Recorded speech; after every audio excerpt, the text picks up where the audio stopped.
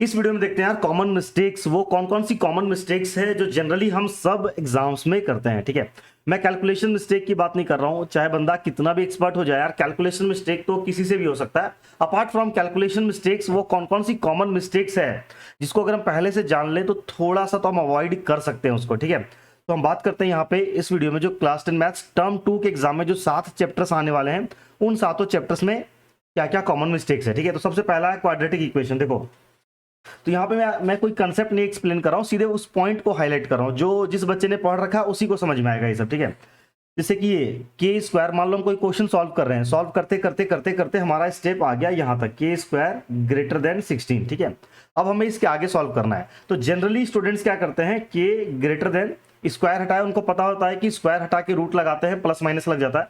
तो k greater than plus minus root 16 और फिर के ग्रेटर देन प्लस माइनस 4 कर देते हैं, और ये गलत हो गया। ठीक है, ये गलत है, ऐसे नहीं होगा। तो फिर करेक्ट क्या है, कैसे होगा? ठीक है, तो देखो जब भी ये आता है ना, इसके ऊपर मैंने एक सेपरेट वीडियो ऑलरेडी बना रखी है, उसका डिस्क्रिप्शन में मैं लिंक डाल दूंगा जिसको डिटेल में समझना है। शॉर्ट में यार ये समझ लो कि अगर इस फॉर्म में कुछ भी हो, के स्क्वायर ग्रेटर देन, यहाँ पे कोई भी नंबर हो, कोई भी नंबर हो, ठीक है, मान लो जो भी नंबर है, तो हम उस नंबर का स्क्वायर बना लेते हैं, ए स्क्वायर।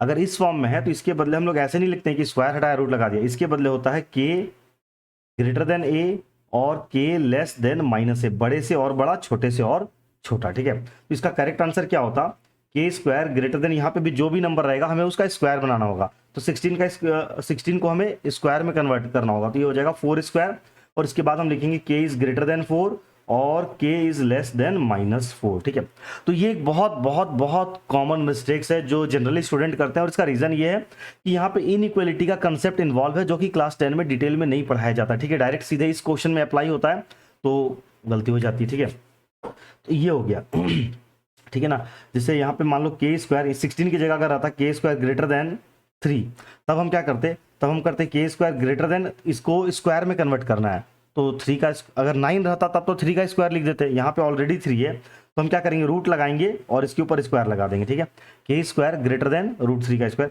और अब इसके बदले लिखेंगे के ग्रेटर देन √3 और के लेस देन -√3, ये इसका करेक्ट आंसर हुआ। ठीक है, तो ये कॉमन मिस्टेक है। अब ऐसा एक्चुअल में कहाँ आएगा, तो मान लो ये क्वेश्चन दे रखा है, ठीक है, और इसमें हमें k का वैल्यू फाइंड करना है। For what value of k the given equation has real root, k का क्या वैल्यू हो कि रियल रूट हो। ठीक है, तो रियल रूट के लिए हम लोग क्या करते हैं, 2x square plus kx plus 2। ठीक है, हम लोग पहले इसमें d का वैल्यू निकालते हैं, तो d क्या हो जाएगा, b स्क्वायर माइनस 4ac, तो b के प्लेस पे क्या है k, ये हो गया के स्क्वायर माइनस 4 इंटू ए के प्लेस पे है 2 और सी के प्लेस पे भी 2, तो ये हो गया के स्क्वायर -16 आ गया। देखो, ठीक है, तो अब हम क्या करना है, for real roots, for real roots, for real roots का कंडीशन क्या है, D greater than equal to 0, सिर्फ ग्रेटर नहीं, ग्रेटर देन इक्वल टू 0। ठीक है, तो हम लोग यहाँ पे लिखेंगे k square -16 greater than equal to 0, क्या होगा, 16 उधर चला जाएगा, तो k square greater than equal to 16।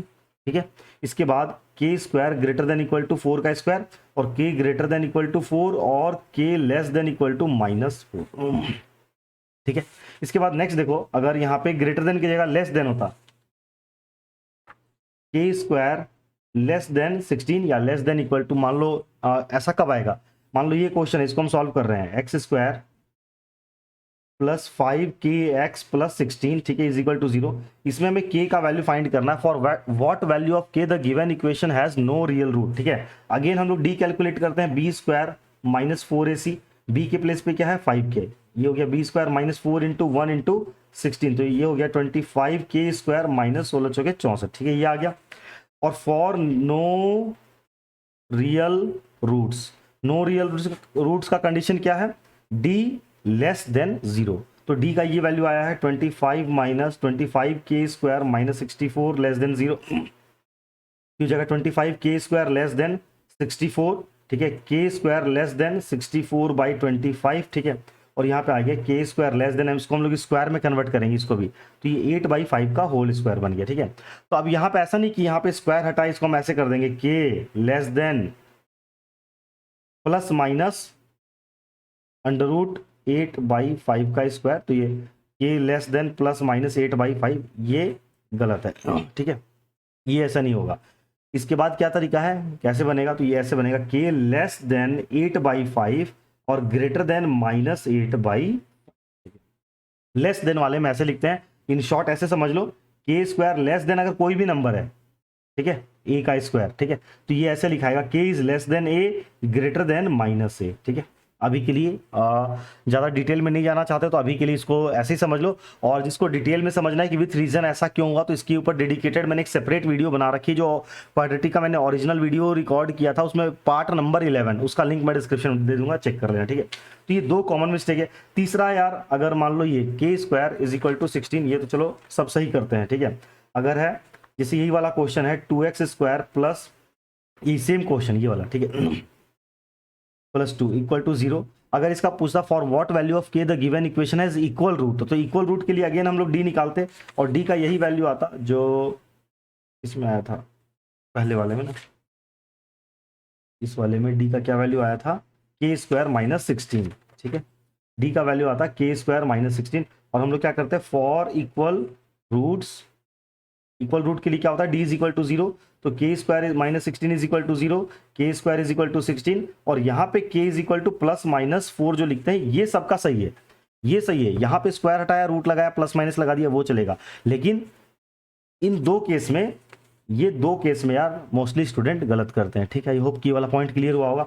अब एक तीसरा और क्या मिस्टेक हो सकता है, जो बहुत बहुत बेसिक सा है, क्वाड्रेटिक इक्वेशन आ रहा है तो मिडिल टर्म हमें किसी भी क्वेश्चन में स्प्लिट करना हो सकता है, चाहे नेचर ऑफ रूट्स का क्वेश्चन हम सॉल्व कर रहे हैं, चाहे सिंपल फैक्टराइजेशन मेथड सॉल्व कर रहे हैं।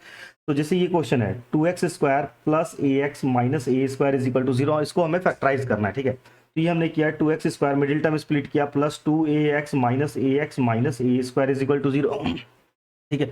अब क्या होता है, यहाँ पे कॉमन लिया, 2x कॉमन लिया तो ये बच गया x प्लस ए, यहाँ पे a कॉमन आ गया minus a, x minus a is equal to 0। अब देखो यहाँ पे ये बहुत बेसिक मिस्टेक है। देखो क्या करते हैं, जैसे स्टूडेंट यहाँ पे माइनस कॉमन लिया, जब भी यार हम माइनस लेते हैं कॉमन और अगर उसके बाद हम ब्रैकेट डाल देते हैं तो उसके बाद जितने भी टर्म्स है सबका साइन चेंज करना होता है। तो ये माइनस है तो ये प्लस हमें करना था, अगर तुम प्लस करना भूल गए, साइन चेंज करना भूल गए तो गड़बड़ हो गया, गड़बड़, ठीक है। तो एक ये कॉमन मिस्टेक है। इसके बाद और क्या है, फाइंड पॉजिटिव वैल्यू ऑफ के। मान लो चाहे वर्ड प्रॉब्लम का ही क्वेश्चन है, चाहे नेचर ऑफ रूट्स का क्वेश्चन है, ठीक है, हमें कहीं भी कोई मिसिंग वेरिएबल फाइंड करना है और स्टार्टिंग में ही लिख दिया फाइंड पॉजिटिव वैल्यू ऑफ के this this this this this, आगे जो भी क्वेश्चन है, ठीक है, हमने सॉल्व किया और लास्ट में के का वैल्यू आया, एक आ गया +5, एक आ गया -3, ठीक है, और हम आंसर वहीं पे छोड़ देते हैं, तो ये अगेन गलत हो गया, क्योंकि हमें क्वेश्चन के स्टार्टिंग में ही बोला है कि पॉजिटिव वैल्यू ऑफ के फाइंड करना है। तो मान लो हमने कोई भी क्वेश्चन सॉल्व किया, मतलब जो इससे रिलेटेड है, और के का लास्ट में दो वैल्यू आ रहा है, एक पॉजिटिव एक नेगेटिव, तो नेगेटिव वाले वैल्यू को हम इग्नोर कर देंगे, लास्ट में हम आंसर में नहीं कि नेगेटिव वाला वैल्यू भी लिख दी, गड़बड़ हो जाएगा, ठीक है। तो ये छोटी छोटी बात है।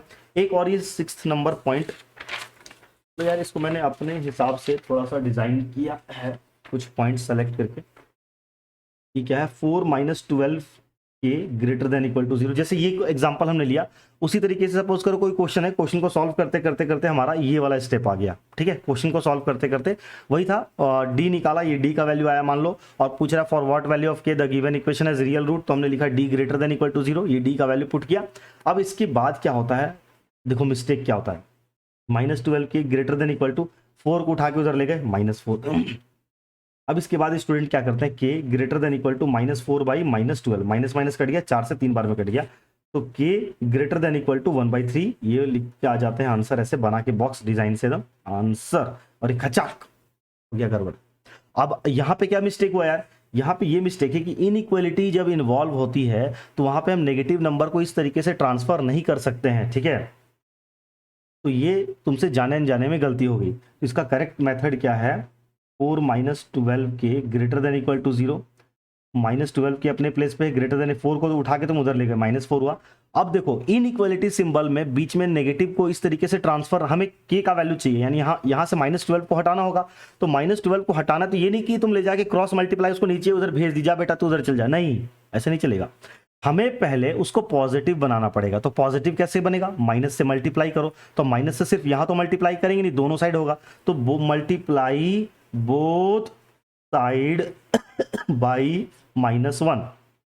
अब इनइक्वालिटी में अगर हम दोनों साइड नेगेटिव से मल्टीप्लाई करते हैं तो बीच वाला साइन पलट जाता है, ठीक है, तो ये हमने यहाँ पे -1 से मल्टीप्लाई किया, ये बन गया 12k, यहाँ पे -1 से मल्टीप्लाई किया, ये बन गया 4, और हमें बीच वाला साइन अपने आप नहीं पलटेगा, हमें खुद से पलटना होगा जब हम इनइक्वालिटी में दोनों साइड नेगेटिव से मल्टीप्लाई करेंगे, ठीक है।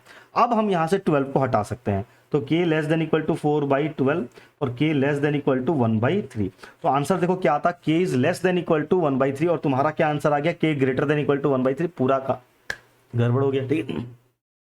तो आई होप कि क्लियर है।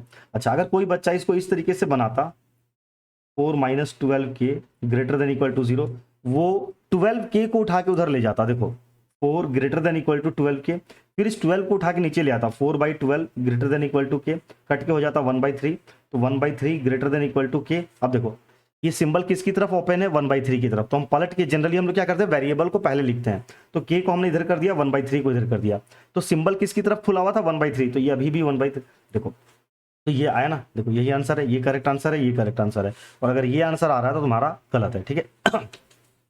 इसके बाद नेक्स्ट आगे बढ़ते हैं यार, अरिथमेटिक प्रोग्रेशन में क्या क्या कॉमन मिस्टेक्स होते हैं। अगर वीडियो अच्छा लगे यार तो कमेंट करके एंड में जरूर से बताना कि ये सारी मिस्टेक्स, ये सारे पॉइंट्स तुमने आइडेंटिफाई किए थे कि नहीं किए थे, ठीक है।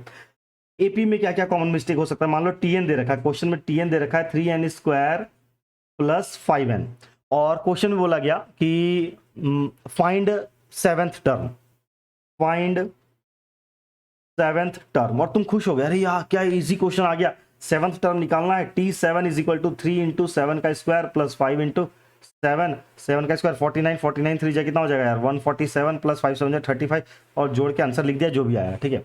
और चाक अगेन मिस्टेक, क्यों इस बार मिस्टेक क्या है, तुम तो खुश हो रहे थे यार कि मेरा सही हुआ है, और यहाँ पे गड़बड़ हो गया। गड़बड़ क्या है कि जो टीएन दे रखा है ना यार, टीएन क्या दे रखा था, क्वाड्रेटिक की फॉर्म में, और जो टीएन होता है वो कभी भी क्वाड्रेटिक नहीं होता है, टीएन लीनियर होता है। तो तुम्हें अगर ये क्वेश्चन आ जाए और बोले फाइंड 7th टर्म, तो तुम्हें बोलना चाहिए भाई कि either the examiner has intentionally given this wrong question और इट इज मिस प्रिंट या मिस टाइप हो गया है, ठीक है, क्योंकि टीएन जो होता है वो हमेशा लीनियर होता है, क्वाड्रेटिक नहीं होता है। तो तुम इसमें अगर वैल्यू पुट करके निकाल रहे हो, इसका मतलब तुम्हारा कंसेप्ट ही क्लियर नहीं है, और अगर कंसेप्ट क्लियर होगा तो भाई तुम ऐसी मिस्टेक तो करोगे नहीं, ठीक है। तो टीएन क्वाड्रेटिक नहीं होगा, टीएन लीनियर होगा, ठीक है। अगर क्वाड्रेटिक दे रखा है, चाहे क्यूबिक कुछ भी दे रखा है, तो सीधे सीधे बोल दो भैया नहीं बनेगा, टीएन लीनियर होना चाहिए, nth term is always linear, ठीक है। उसी तरीके से एसएन लीनियर दिया हुआ है, सम ऑफ n टर्म दे रखा है 7n + 4, और बोला find sum of 10 term, sum of 10 term, तो तुम बोलोगे यार इसमें 10 पुट कर दो, s10 = 7 × 10 + 4 70, ये आ गया आंसर 74 आंसर, खचा अगेन गलत। जो एसएन होता है ना वो लीनियर नहीं होता है, वो क्वाड्रेटिक होता है। अगर लीनियर दे रखा है और तुम्हें इसमें इस तरीके से बना दिया तो गलत हो जाएगा, ठीक है। एसएन क्वाड्रेटिक होना चाहिए, एसएन जो है वो क्वाड्रेटिक होना चाहिए, और जो टीएन है वो लीनियर होना चाहिए, ठीक। अगला क्वेश्चन, मतलब ये सब दिया जाता है कंसेप्ट चेक करने के लिए। अगला देखो, ये अगेन गूगली है, ठीक है।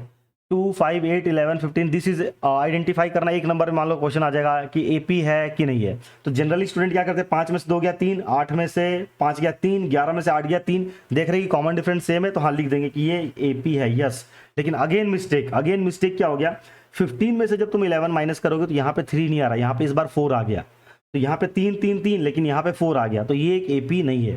तो बताने का यहाँ पे इस पॉइंट को हाईलाइट करने का क्या मकसद है कि भाई अगर इस तरीके से क्वेश्चन पूछता है कि चेक करके बताओ एपी है कि नहीं, तो पूरे में चेक करोगे, ये नहीं कि सिर्फ स्टार्टिंग के 2 में देख लिया, नहीं गड़बड़ हो जाएगा, ठीक है।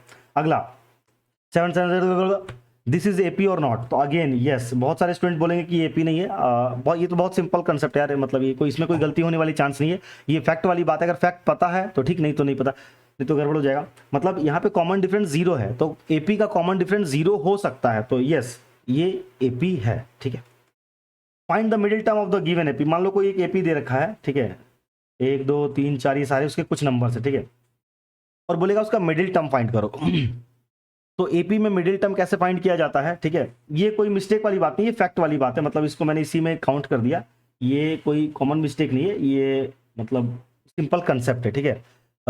कि मिडिल टर्म कैसे फाइंड किया जाता है एपी का, तो एपी में मिडिल टर्म यार दो केस बनते हैं, 2 केस, ठीक है। अगर देखो 1 2 3 4 3 7, अगर नंबर ऑफ टर्म्स ऑड है, ठीक है, तब तो एक ही मिडिल टर्म निकलेगा, और अगर नंबर ऑफ टर्म्स इवन है 1 2 3 4 5 6, ठीक है, मान लो, तब 2 मिडिल टर्म निकलेगा, ठीक है।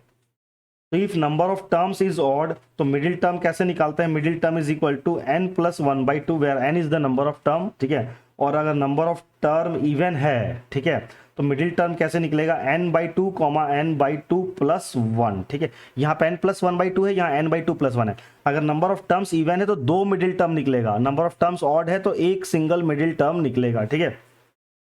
ये एक बात हो गई। इसके बाद find the sum of those integer between 1 to 500 which are multiple of 3 और 5। देखो इस वाले क्वेश्चन में 2 मिस्टेक के चांसेस हैं, ठीक है, 2 मिस्टेक हो सकता है। एक तो बिटवीन लिखा हुआ है, ठीक है, तो इसमें हमें 1 और 500 को काउंट नहीं करना है, ठीक है। मतलब 1 से 500 के बीच में जितने भी नंबर जो 3 और 5 के मल्टीपल है उनका सम निकालना है, लेकिन 1 और 500 को काउंट नहीं करना है। मतलब 2 से लेके 499 तक ही देखेंगे, क्योंकि यहाँ पे बिटवीन लिखा हुआ है, ठीक है। तो ये एक बहुत कॉमन मिस्टेक है स्टूडेंट, 1 से 500 तक पूरा, क्योंकि जो 500 खुद है वो 5 का मल्टीपल आ जाएगा तो उसको काउंट कर लेंगे, गड़बड़ हो जाएगा, ठीक है। बिटवीन लिखा हुआ है, और अगर बिटवीन नहीं लिखा रहता कुछ find the sum of those integer from 1 to 500, तब 500 और 1 को भी काउंट करते। एक ये पॉइंट हो गया। दूसरा 3 और 5 लिखा हुआ है, ठीक है, तो यहाँ पे क्या करेंगे, 1 से लेके 500 के बीच में, 1 से लेके 500 के बीच में पहले 3 का जितना मल्टीपल होगा वो निकाल लेंगे, ठीक है। 3 का मल्टीपल का सम, फिर 1 से 500 के बीच में 5 का मल्टीपल का सम निकाल लेंगे, ठीक है, और दोनों को जोड़ देंगे। तो इसमें होगा क्या कि कुछ नंबर ऐसे हैं जो 3 का भी मल्टीपल है और 5 का भी मल्टीपल है, वो 2 बार जुड़ गया। जब हम 3 का मल्टीपल निकाल रहे थे तो 3, 6, 9, 12, 15, 18 ये आ गया, तो 15 आ गया। और जब हम 5 का मल्टीपल निकाल रहे थे तो 5, 10, 15, 20, उसमें भी 15 आ गया। तो हम 3 का मल्टीपल निकाले उसमें भी 15 जुड़ गया, और 5 का मल्टीपल निकाले उसमें भी 15 जुड़ गया, 15 2 बार जुड़ गया।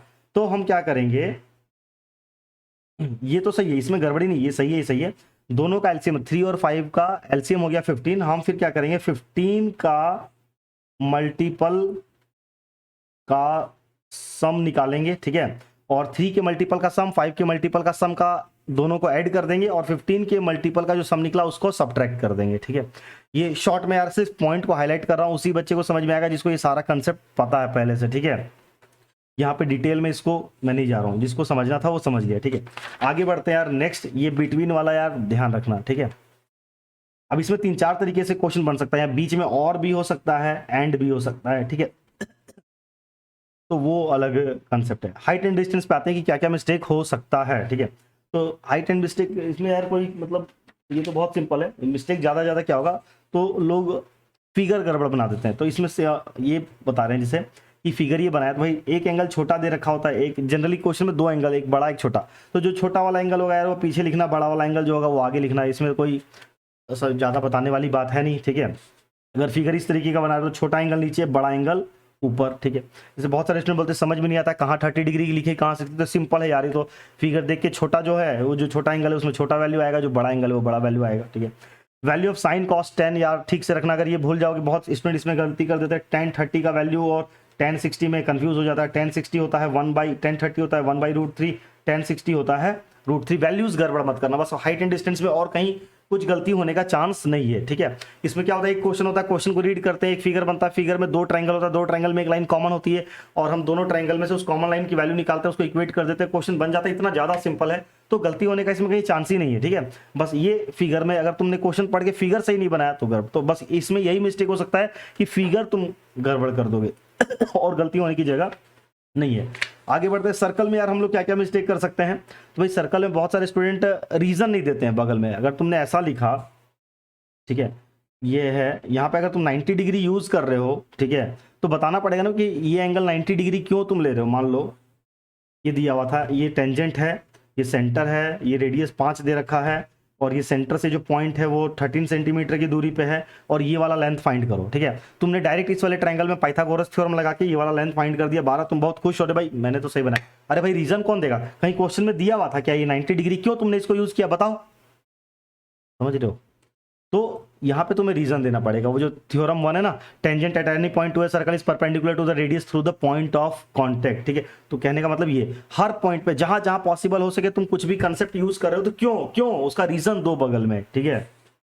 लर्न थ्योरम को अच्छे से याद कर लो यार, क्लास 10 का जो 2 थ्योरम है और जो मैंने सर्कल की वन शॉट वाली वीडियो में बताया था स्टार्टिंग में, 2 थ्योरम और कुछ और थ्योरम है जिसका हम लोग एज ए रीजन के रूप में यूज करते हैं, और क्लास 9 का भी कुछ थ्योरम है जो हम लोग यहाँ पे वो उस वाली वीडियो में बता रखा है देख लेना जाके। और थ्योरम सारे अच्छे से यूज होने चाहिए। ड्रॉ प्रॉपर फिगर, क्वेश्चन जो दे रखा होता है क्वेश्चन पेपर में फिगर बना रहा था, फिर भी हम कॉपी में सॉल्व करेंगे, हमें अपने कॉपी में वो फिगर फिर से बनाना है। बहुत स्टूडेंट छोड़ देते हैं यार बुक में तो फिगर दिया हुआ ही है, तो बुक में दिया हुआ से नहीं होता है, हमें भी अपना कॉपी में खुद से बनाना है, ठीक है। इसके बाद give numbering to angle instead of writing full angle name. देखो जैसे ये वाला कोई क्वेश्चन हम लोग सॉल्व करते हैं, मान लो एक तो था ना इस तरीके का क्वेश्चन, एक सर्कल है उसको एक क्वाड्रिलेटरल सर्कमस्क्राइब कर रहा है, हमें प्रूफ करके दिखाना है कि जो क्वाड्रिलेटरल की जो अपोजिट साइड है वो सेंटर पे सप्लीमेंट्री एंगल फॉर्म कर रही है। तो इसको हम लोग इस तरीके से जोड़ के बनाते थे, तो इसमें यार इतना सारा एंगल हो जाता था, तो यहाँ पे बेटर है कि नंबरिंग कर लो 1 2 3 4 5 6 7 8,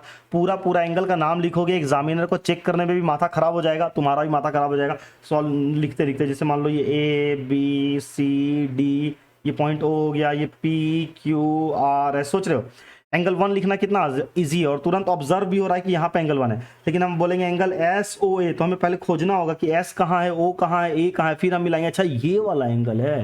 तो जहां जहां पॉसिबल है नंबरिंग करके कर सकते हो, करो, वो तुम्हारे लिए बेस्ट है, क्योंकि एग्जामिनर का काम उसमें आसान हो जाता है कॉपी चेक करने। तो भाई एग्जामिनर का अगर काम आसान हो गया, तुम समझ लो तुम्हारा काम आसान हो गया, ठीक है। पेपर दे रहे हो तो सिर्फ एग्जामिनर के पॉइंट ऑफ व्यू से सोचो कि भाई उसको किस में कंफर्ट होगा कि पेपर चेक करने में।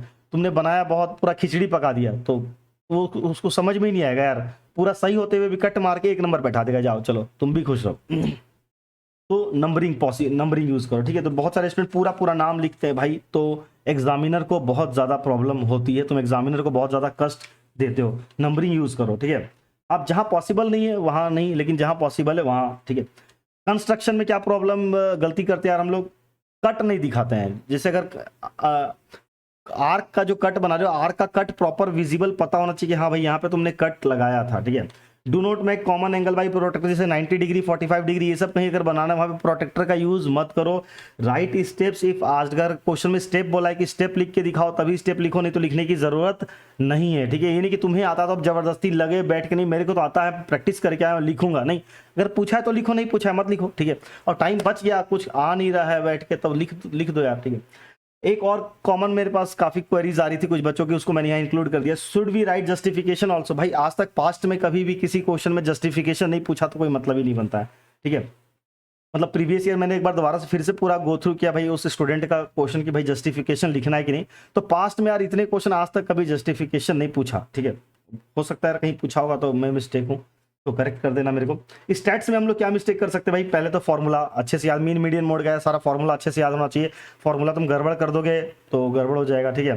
कहाँ क्यूमुलेटिव फ्रीक्वेंसी होता है, जैसे बताओ, वीडियो रखो, बोलो मीडियन का फॉर्मूला क्या होता है, L + n/2 - PCF/f × h होता है। अब इसमें क्या होता है कि अब तुम कंफ्यूज, यहाँ पे प्लस था कि माइनस, यहाँ माइनस था कि प्लस, यहाँ PCF था कि यहाँ क्या था। जैसे मोड वाला फॉर्मूला होता है, मोड में क्या होता है L +, अब बताओ मैं ही भूल गया हूँ क्या था, F1 लो मैं भी भूल गया, F1 - F2 ताकि F1 - F0, और फिर यहाँ पे 2F1 - F0 - F2 × h। बताओ मैं भूल गया है फॉर्मूला, ठीक है। तो सोचो चेक कर लेना कि मोड का फॉर्मूला क्या होता है, कितना ही प्रैक्टिस करके जाओ तुम याद कर लो, गड़बड़ हो जाता है।